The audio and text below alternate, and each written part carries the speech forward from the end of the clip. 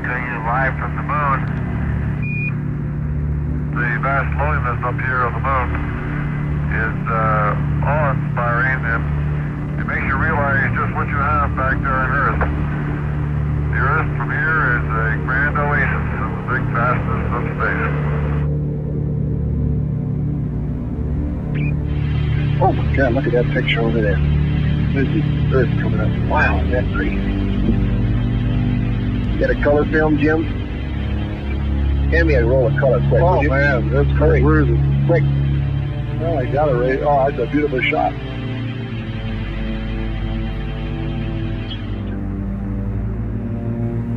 From the crew of Apollo 8, we close with good night, good luck, and God bless all of you on the good Earth.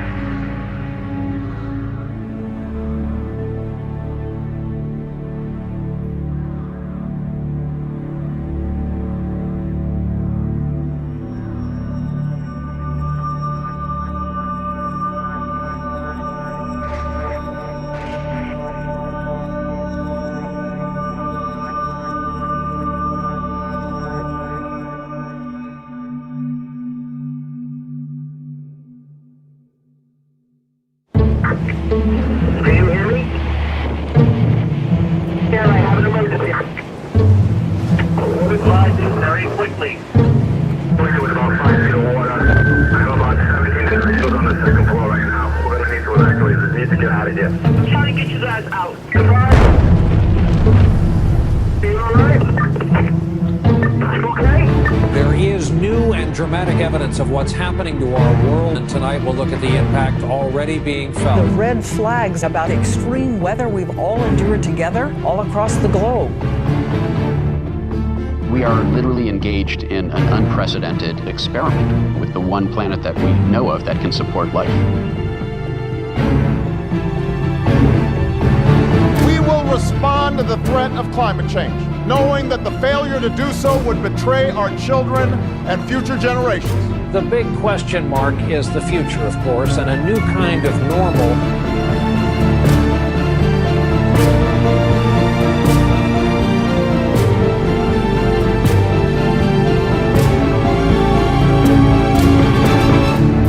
Gearing up for the UN-hosted Climate Change Summit in New York. UN Secretary General Ban Ki-moon will host the summit. I will convene a climate summit for leaders at the highest level. I urge political leaders of the world to prioritize their political energy on climate change. We have to get serious about bringing real commitments to the table for that summit. If things go business as usual, we will not live, we will die.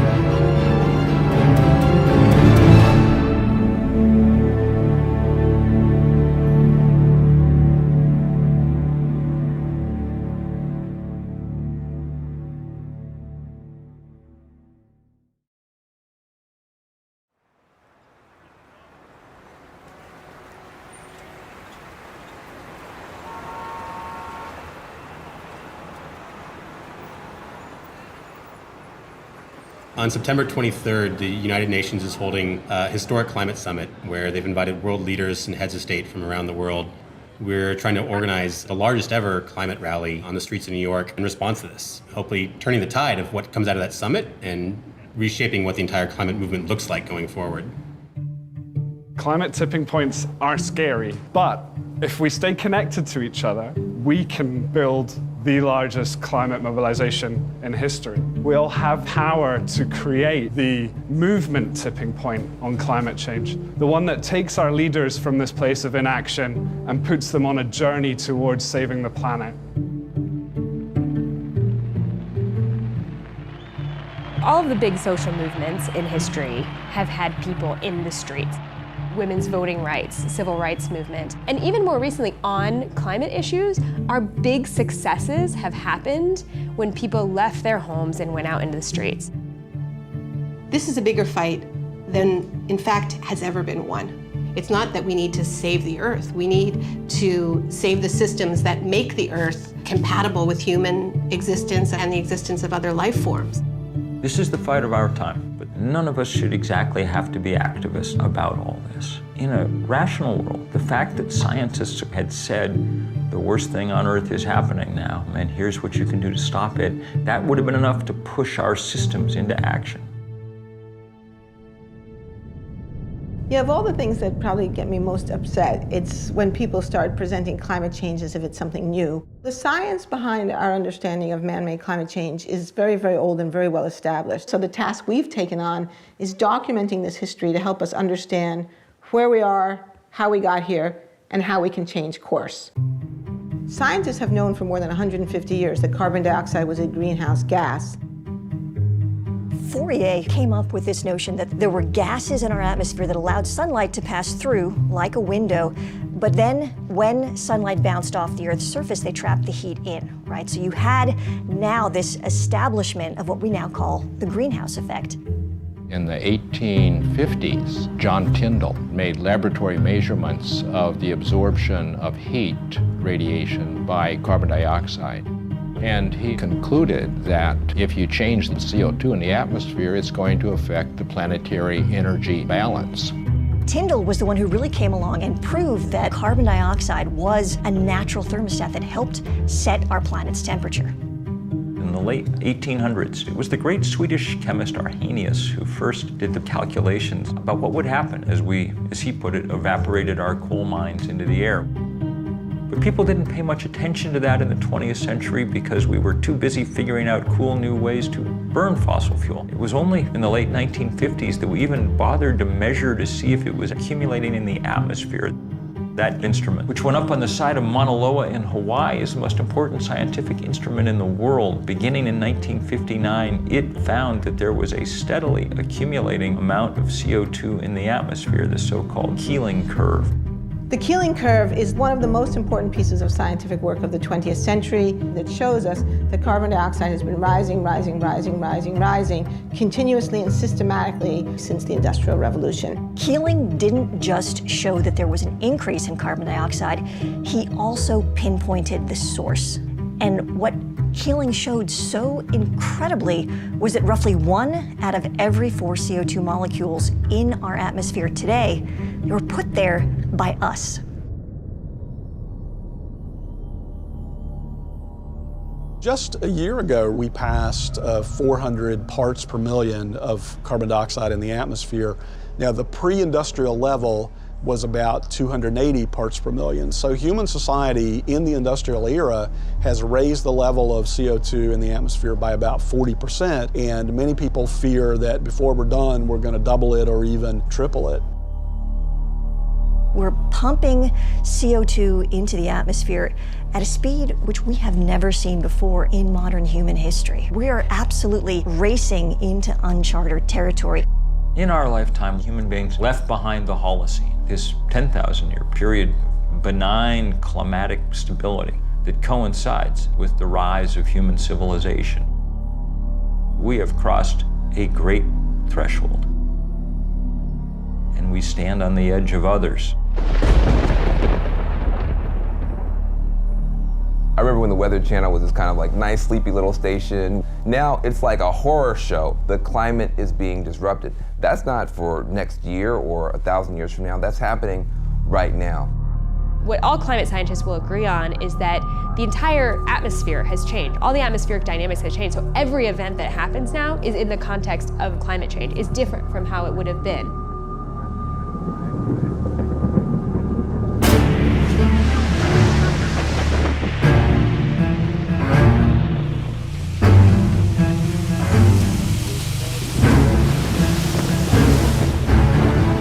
Typhoon slammed the Philippines with winds of 195 miles per hour. That's higher than the winds from Hurricane Sandy and Katrina combined. The world is mobilizing to help the Philippines, but just a trickle of food and water and medicine has reached the victims of Typhoon Haiyan. More than 1 million people were forced to flee their homes, many now trying to salvage what's left. Hundreds of thousands are thronging relief centers, desperate for life's necessities. Many residents covered their faces to mask the smell of the dead while they searched for relatives in some of the hardest hit areas. This is one of the top storms ever seen on this planet.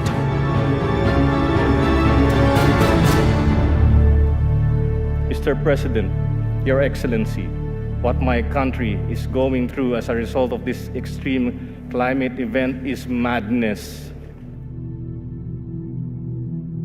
Super Typhoon Haiyan made landfall in my own family's hometown.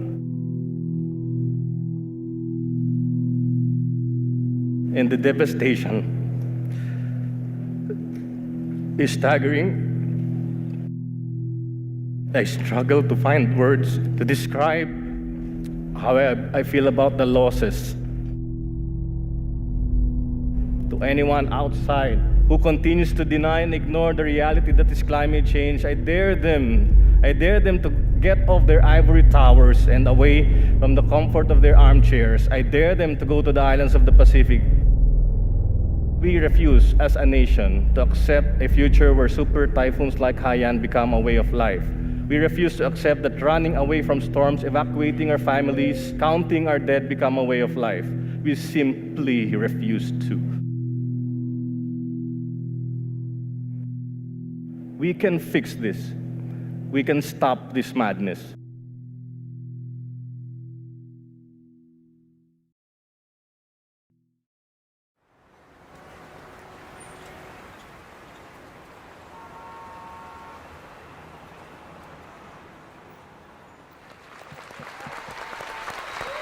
Hello, hello, hello. All right, folks, we know why we're here. We have 80 days starting tomorrow to pull off the largest climate march in history. It's really important for folks to remember that although climate change affects everyone, the impacts are not evenly distributed. And we're asking each one of these breakout groups, prioritize people of color, folks, because this is real, it's disproportionate, and it's time to bring it. They need to act on a binding global agreement to reduce greenhouse gases. We can do that and create jobs at the same time. Part of what we're doing is moving people from fossil fuels to the solutions and also presenting them with economic opportunities around the solution. The idea of who's going to be leading this march are the people in this room. This environmental issue is the singular issue of our time, of our day, that will determine how we live, where we live, and if we live. The most important tool that we have is our people power. There are already 325 groups, and that list is going to grow every single day. Whatever you're thinking about doing to help build this mobilization, rethink it and make it bigger, make it bolder. Our job is to make sure everybody hears about it, and then they'll get there. They'll get there. That's our job.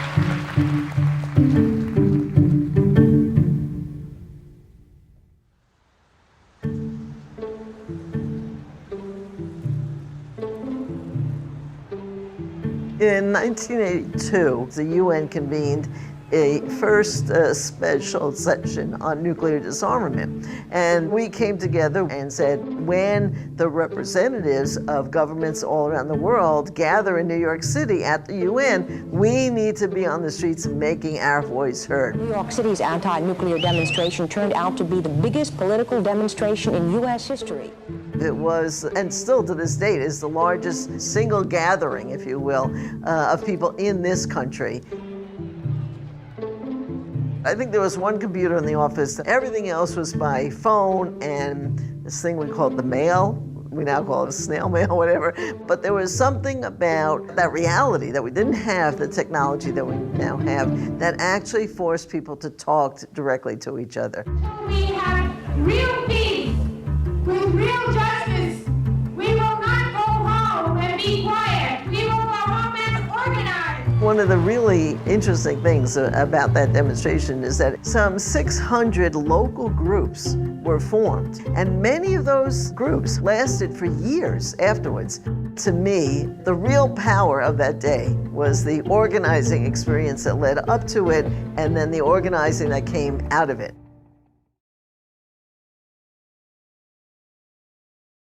Some experts are saying now that the whole world is heating up because of a global greenhouse effect. Scientists had been saying for a long time that climate change might occur, but 1988 is the year when Jim Hansen and his team at NASA say, both in the scientific peer-reviewed literature and in public, that it's actually happening. The changes in atmospheric composition that humans were making was going to have a big impact on the Earth's climate. The greenhouse effect has been detected, and it is changing our climate now. Hansen's testimony was reported on the front page of the New York Times, and there was actually a bill introduced into Congress, the National Energy Policy Act, to immediately begin to phase out the use of fossil fuels in order to prevent disruptive climate change. And of course, that was supported by the creation of the IPCC, the Intergovernmental Panel on Climate Change, that year. So there was political momentum, there was scientific momentum, there was strong scientific evidence, there was media attention, and then the whole thing kind of fell apart. The Earth Summit, a 12-day, 178-nation conference on the environment, began today in Rio de Janeiro.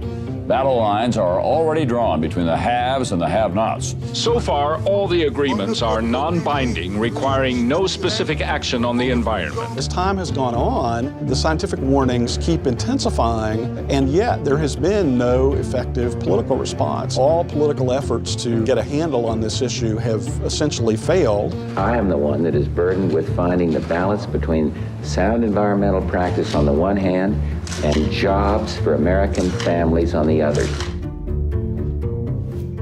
The agreement hammered out in Kyoto, Japan, requires industrialized nations to make substantial cuts in greenhouse gas emissions. The United States actually never ratified the Kyoto Protocol, which is one reason it didn't work. President Bush ignited a storm of controversy when he decided to abandon the Kyoto Protocol, which sets caps on the emissions of greenhouse gases in developed nations. For nearly 2 weeks, the U.S. delegation had blocked proposal after proposal, draft after draft, refusing to even discuss mandatory cuts in greenhouse emissions. Now we switch to the big climate conference going on in Copenhagen. Today, developing countries made themselves heard. People are dying. Led by Africa, 135 nations, including India and China, staged a 5-hour boycott, angry over what they say are insufficient carbon cuts proposed by the world's rich countries. If Hollywood had been writing the story, you know, it all would have come right in the end, and all the nations would have pledged their best effort. And nothing like that happened. The thing was a fiasco, a failure. The frustrations of the last 10 days explode on the streets of Copenhagen.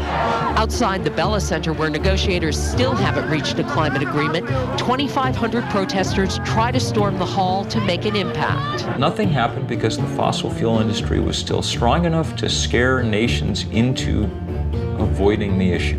What happened in Copenhagen for a lot of people was this realization no leader was coming to save us.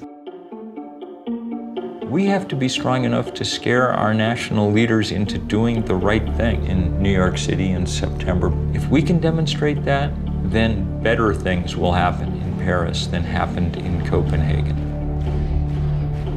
These things are not separate moments in time. This is all part of one string, and what we're fighting towards in Paris is highly dependent on what happens in September. This is going to have to be the fight of our lives.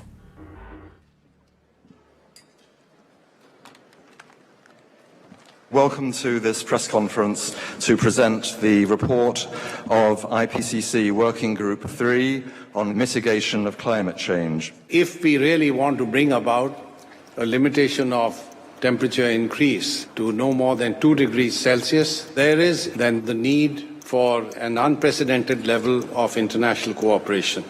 The way we've approached climate change is the scientific community builds the case, it synthesizes the evidence, it presents that evidence then to the policymakers. We've proven beyond a doubt that climate change is real, that the Earth's temperature is warming, that warming is predominantly caused by the burning of fossil fuels and other human activities, and that additional warming poses a significant threat. What the policymaking community did was they came up with a definition of what they called dangerous human interference. In 2009, the nations of the world agreed on a target of 2 degrees centigrade or 3.6 degrees Fahrenheit of maximum warming above the pre-industrial level. That would require emissions worldwide almost entirely stopping within a matter of decades. A lot of people talk about 2 degrees being the safe level. Well, there is no safe level. 2 degrees is a round number that would be safer, but we'll still have substantial climate impacts. 1 degree is melting the Arctic and the Antarctic. We'd be crazy to find out what 2 degrees will do, but we're probably going to find out. Even if we do everything right at this point, that's about as good an outcome as we can hope for.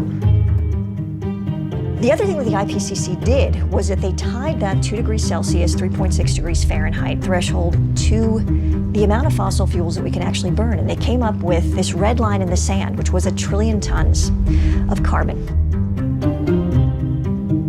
The problem is that we're already more than halfway there. We're approaching 600 million tons already, and at the rate things are going, we will have completely exhausted that carbon budget within 30 years. The same leaders who say they want the temperature to go up no more than 2 degrees have put forward a series of proposals that, when you add them up, leads to the temperature rising 6 degrees. A point past which most sane scientists think civilization on the scale that we now know it will not be possible. It's almost a kind of refusal to come to grips with reality. There's just this enormous gap between what countries say they want to do and what they're actually on track to do. People call this the emissions gap. Much of this is about mathematics. You gotta leave 80% of fossil fuel in the ground. Fossil fuel industry wants to burn all its reserves. If they do, then we get that 6 degrees. Each day of inaction, each day of business as usual, puts us closer and closer on this crash course.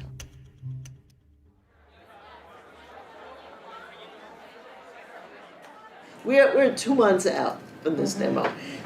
Obviously, we all know in this room a tremendous amount of work is happening every day, getting the word out, organizing people, mobilizing people. At this point, every day counts. And every day when we miss an opportunity, it's gone. Because it's not just a one-day march, it's our long-term ability to build a strong climate movement that we need to invest in. So being inclusive to us is really about multiple things, but recognizing that we live in a society where there's privilege, there are inequities. In order to address the climate crisis, we have to first address those inequities. That will allow us to then bring a movement strong enough to address the global ecological crisis. If you think for a second about this, there was this just layer of stuff under the ground, got put there at a specific time in a specific way, and it just captured millennia of solar energy. And we just happened upon it.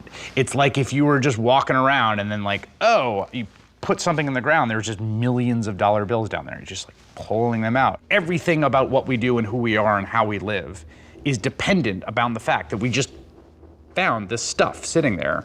And that stuff said, oh, you don't have to have everyone working in the fields all the time.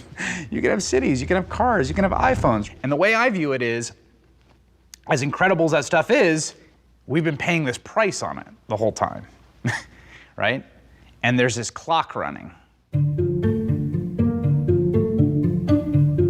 The classic market failure is negative environmental externalities.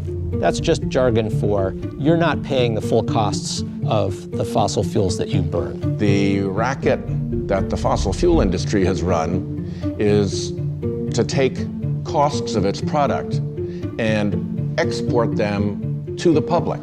Think about, the litany of impacts from sea level rise, ocean acidification, the collapse of ecosystems that we rely on for food, water availability. These things are really expensive. When you have huge wildfires, it costs a lot of money. All of those costs are being dumped onto us as a society and not being paid by people who are polluting. These big, massive polluters get to dump megatons of carbon in the atmosphere for free. You can't pollute for free. If you litter, you get a fine. That makes coal and oil and other fossil fuels more competitive against solar and wind and other sources than they deserve to be. Behind the environmental problems that carbon pollution causes and behind the economic problems is a political problem that a very small group of very powerful special interests have exerted very rough control over the political establishment. We're up against the fossil fuel lobby that has complete access to the political class and the ability to bribe through legal means and blackmail through the use of attack ads and so on. Even people who oppose them have trouble opposing them too strongly because they're in some ways economically dependent on them. Right now, we have a monopoly control by big carbon polluters. They grant themselves subsidy after subsidy. Think about this. How much money does the Pentagon spend helping big private oil companies get their for-profit products from the Middle East here? About half the Pentagon's budget is just helping Chevron and Shell and Exxon get their for-profit product here. What if they had to pay for that service? How much would gas cost then? Plus, they also get all kind of tax breaks and other kind of loopholes. They're in a system based on a grow or die ethic. But rather than respond to the climate crisis by scaling back, they're doubling down through fracking, through tar sands oil, through coal exports, mountaintop removal. They have become more brazen. It's a rogue industry. It's an industry whose business plan is followed to the letter will wreck the planet. Once you know that, then you know that these are now illegitimate business plans. We have to figure out how to disassociate ourselves with them. And that is beginning to happen all over the world.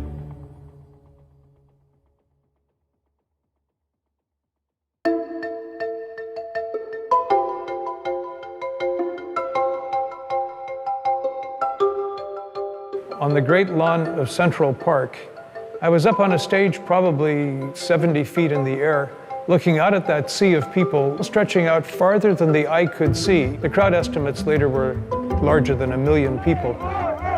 April the 22nd, 1970. The grassroots mobilization, which we recall as the first Earth Day.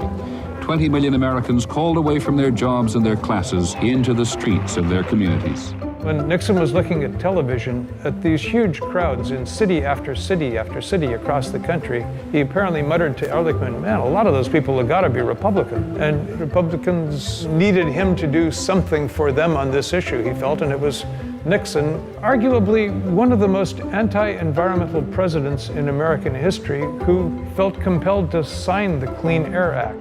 I think the things that we've been doing to date are a reason to give us a little bit of hope. We've seen a degree of responsiveness on the part of the House of Representatives and on the part of the U.S. Senate. In a matter of 3 years, we passed the Clean Air Act, the Clean Water Act, the Safe Drinking Water Act, the Endangered Species Act, the Marine Mammal Protection Act, National Environmental Policy Act, the Environmental Education Act, Superfund. I'd go so far as to say that with the possible exception of the New Deal, it was the most fundamental restructuring of the ground rules of the American economic system that the nation has experienced.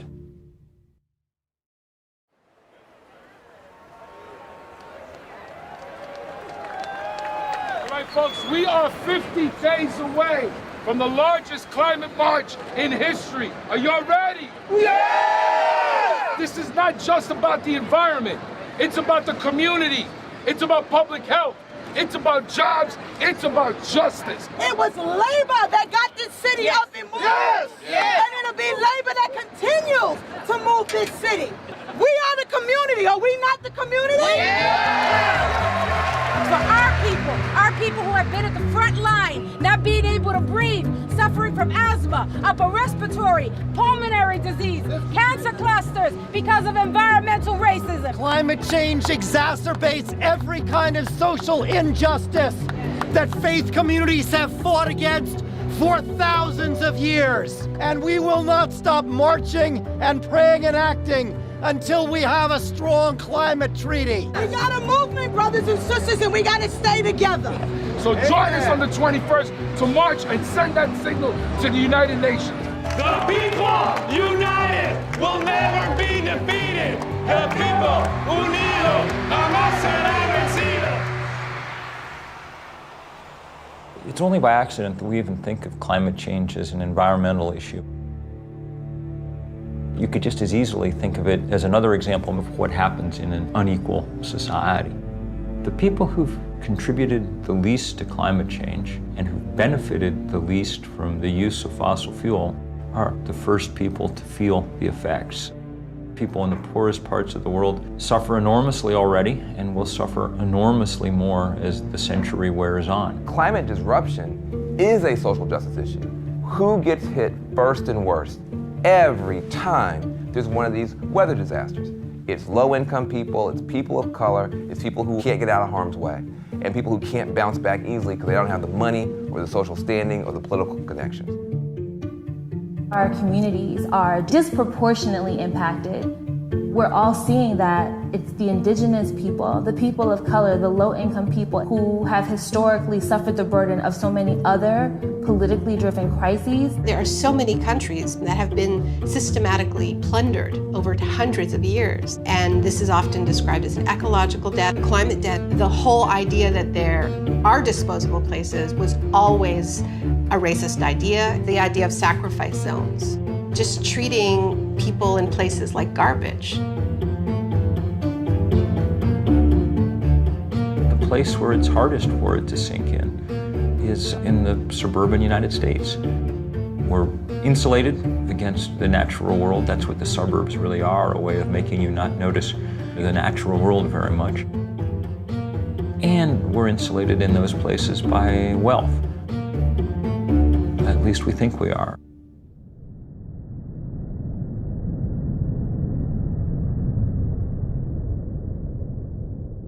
Scientists are screaming from the rooftops about us avoiding going over a 2-degree rise in the temperature of the planet. Why are they so worried about that? If we go over that amount of warming, there are feedback loops in our ecosystems, tipping points that climate change could spin out of control, and it happens like that. There are switches that can be tripped where suddenly you are in brand new territory and you don't even begin to know what to do about it. This is not a linear kind of problem that we're dealing with. This is very much an exponential kind of problem. Right now, we're on the edge of 3 major tipping points. The first one is the Arctic ice cap. That ice cap's like a mirror. It reflects the sun's light off of the Earth and keeps it from warming us up. But as it melts, you get a smaller mirror, which means a warmer Earth, which means more melting, which means more climate change. Another example is Arctic methane. We've got a gigantic amount of methane gas frozen into the tundra, and it is 50 times as toxic as CO2 is. It's CO2 on steroids. As it warms, and that methane gets released, it then causes global warming to get worse, which means it warms more, which means more methane released, which means worse warming, and all of that process spins out of control. Another example of a tipping point is ocean acidification. As you get more CO2 in the atmosphere, a lot of it actually is going into our oceans. And a lot of stuff, like plankton, can't live in that kind of acidified water. And plankton is the basis of the food chain. If the plankton die, we lose the whole ocean ecosystem. These kinds of feedback loops and tipping points are what keep me up at night, that we will hit one before we're able to turn things around. Even if we went cold turkey today because of the time lags in our climate system, we've already signed up for things that we can't see yet. We live in a razor-thin livable universe. Just a few kilometers below my feet, it's too hot to live. Just a few kilometers above my head, the air is too thin to breathe. It's not about a few more droughts and a few more storms. It's about a catastrophic shift in this fragile balance of our biosphere that threatens everything we love.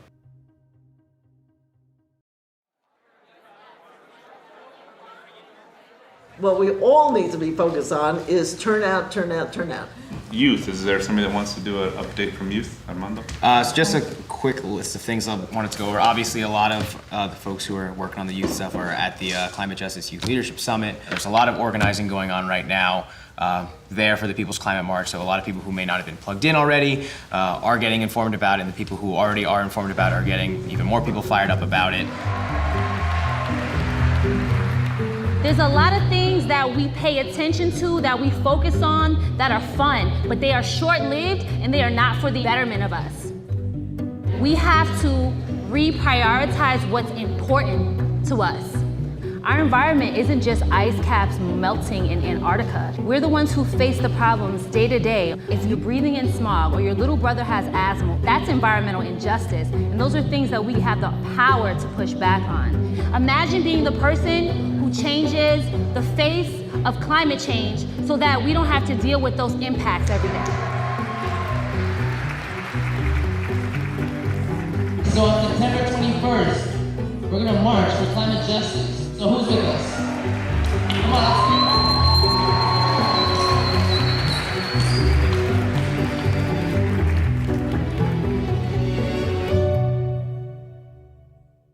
Okay, all right. Yes, we pull the fossil fuels out of the ground, we put them in the incinerator, they put the carbon in the sky, it warms the earth, lots of bad stuff's gonna happen, heat waves, extreme weather, floods. Okay, sure. But I mean, really, is that the thing I care about most? You know, there's all these other issues in my life that are more pressing. For someone who is engaged in a struggle for a higher minimum wage or worries about healthcare, it's understandable that these molecules floating around the air seem invisible and abstract. Humans have this thing that we call a finite pool of worry. You've got your mortgage you've got to pay, you've got your kids you've got to take care of, and they tend to be more immediate. We respond to things that feel incredibly urgent, like a gun to the head, a stampede of wild elephants, right?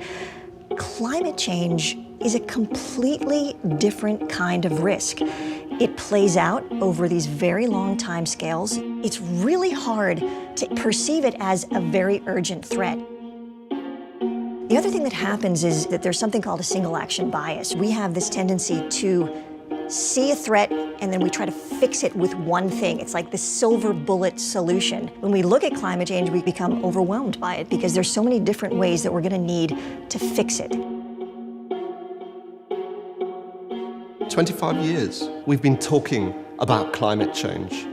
The level of scientific reports becomes higher and higher and higher. Why has that still not compelled the majority of people to action? Cognitive psychologists have been mapping the processing systems within our brains, and they found that there are two parallel and deeply interlocked processing systems. The rational side, the analytic side, which deals with information, facts, data. And we have another side, which is a much more intuitive and emotionally driven side. It is that emotional system that moves us into action. The challenge for climate change is how do we get something that is so based in the science to cross over into the side which makes us feel something. People are reluctant to stand up and to take action if they don't see that the other people around them are taking action. And that is why it is absolutely critical that there are people who are seen to be doing something. They are creating the breakage. Climate change is strangely, maybe uniquely problematic because not only are we all bystanders, we're also perpetrators, actively contributing to the thing. If we recognize the problem, we become morally compelled to take action on it. There is a fundamental tipping point at which that has to happen.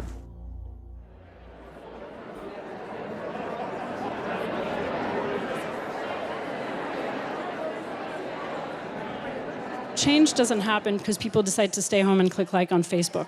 Change happens because people like you and I decide to get involved. We didn't want to leave it to world leaders. Their track record is not very good in dealing with this question. I am a trade unionist, and I am an environmentalist, and I see no conflict whatsoever in those two things. It's in our core self-interest as a trade union movement to help build the path to a sustainable future and get on the right side of the climate change issue sooner rather than later.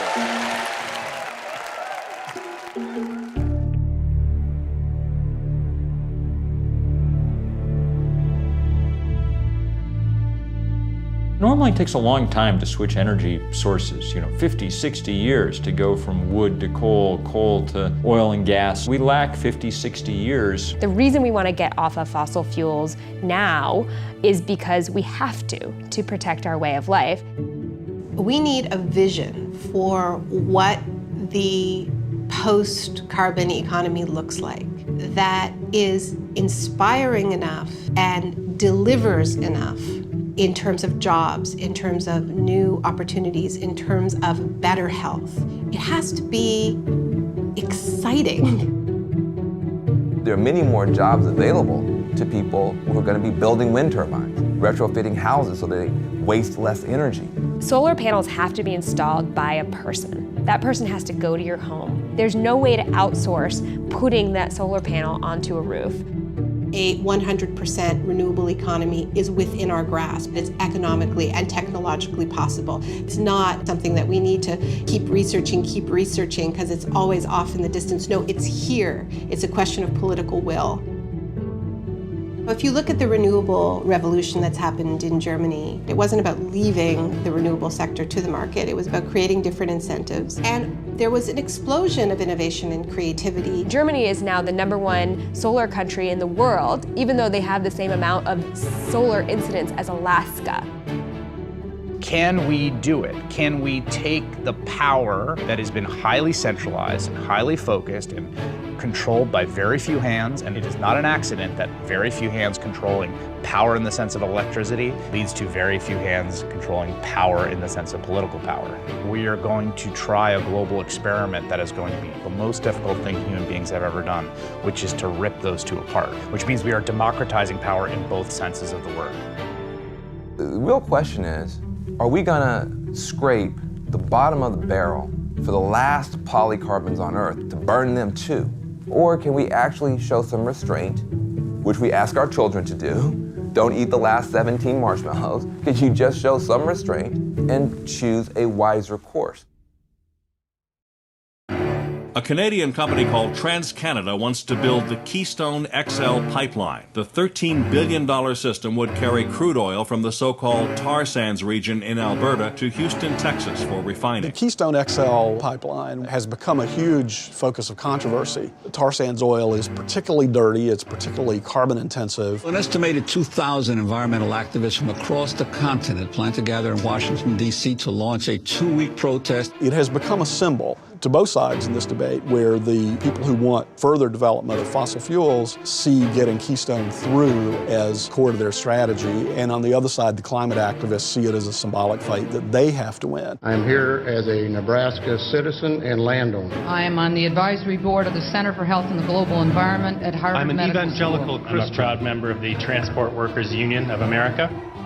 You know what's so fascinating about this whole Keystone thing is that was supposed to be a wedge, and instead it's been turned upside down. Now it's actually a base that is lining up constituency after constituency. Today we act!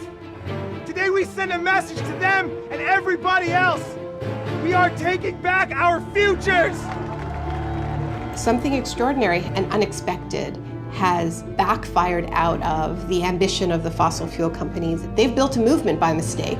If you are going to be risking arrest, you're going to be lining up over here. One of the tools that came into play was peaceful civil disobedience to show the moral urgency of these problems, that this was the crisis of our time. I saw a story in one of the trade publications, the oil industry, not long ago, and they said, we're never going to get to build another pipeline in peace again. And I hope they're right.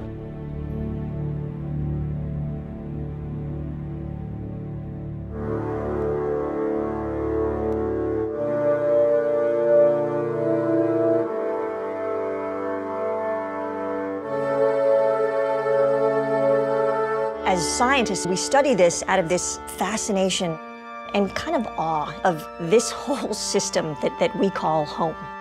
We are on this planet that is so perfectly built to sustain life. We got so lucky. And then you begin to think, what do you do with this knowledge, this unbearable, incredibly depressing knowledge? That the decision to burn fossil fuels was a decision that had tremendous downside risks that we didn't realize immediately. When I read a climate science article that talks about mid-century projections, what I read is what's going to happen when my kid is 40. That's what I see on the page. And for me, it is absolutely my responsibility then to do whatever it takes to protect my child. Alice Walker says that resistance is the secret of joy. And I don't know if it's the secret of joy, but I know it is definitely the secret of staving off depression. The reality we're facing is very grave. So how do you not get depressed about it? Well, one way you don't get depressed is by work. Things change for lots of different reasons. There's all kinds of dynamics, but one central element is people being in the streets. All of us must stand up together and say no more. We live in a culture that doesn't tell us our own history, doesn't tell us the history of social movement wins. And the times in our past when masses of people have taken the wheel of history and turned it. It was only 1% of Americans that ever took part in a civil rights demonstration, but they were able to change our society enough to stand up to those powers that be. I think this march will go down as one of the greatest, if not the greatest, demonstrations for freedom and human dignity ever held in the United States. Martin Luther King always said that the victories that had been won so far were the ones that were cheapest to the status quo. Giving legal rights and giving voting rights doesn't cost the system nearly as much as providing good jobs and good infrastructure and good schools. We as a people will get to the promised land. Big victories have been won before, but nothing on the scale of the economic challenge that really responding to the climate crisis represents. We have a responsibility to rise to our historical moment. We are going around the world to say the time has come. If we're going to have a movement worthy of the name, solidarity among all these different causes needs to be the foremost principle. It's this broad and powerful spectrum of allies that has the political weight to move the dial on this. There's a tipping point coming where the online movements are going to move offline. If we can just push this to a point where there is a social tipping point, we really can move forward on this issue. We will not be stopped. Take action right now. This is the issue I will vote on. This is the issue I will give money on. This is the issue that I will scream at the top of my lungs into a bullhorn over. That is what moves politics. The People's Climate March is our chance to show the immense power of people in solidarity. Heads of state are gathering. They need us to say, we demand action. This is the right thing at the right time in the right place. The whole world will be watching. Nothing moves public opinion more than seeing large numbers of people gathering. A march is not an end in itself. It is a tool. In my heart of hearts, I know that this People's Climate March in September will serve to deepen this movement. I will be there in New York, September 21st. There is no replacement, even in the digital age, for human bodies next to each other, standing as one, hearts beating as one, voices raised as one, making a political demand. If you don't fight for what you want, you deserve what you get. September 21st, in some ways, is the beginning. There are teams around the world organizing marches in Rio, in Delhi, in Berlin, in Paris, in London. And people around the world will get together in the largest climate change mobilization in history. Are you ready to march? Are you ready to march? Are you ready to march?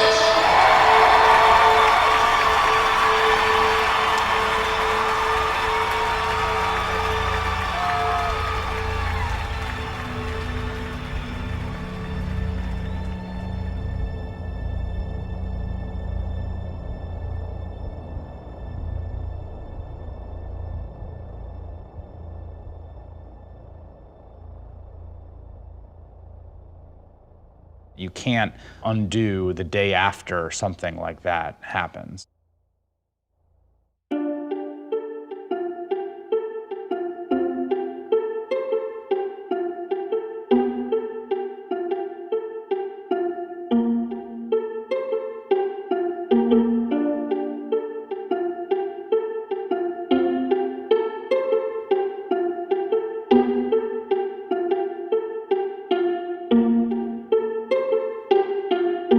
There's a line that divides good from evil, and it runs down the middle of every single person. When we prevail, it won't just be because we beat the worst instincts of other people. It'll be because we overcame the worst instincts and the worst fears even within ourselves.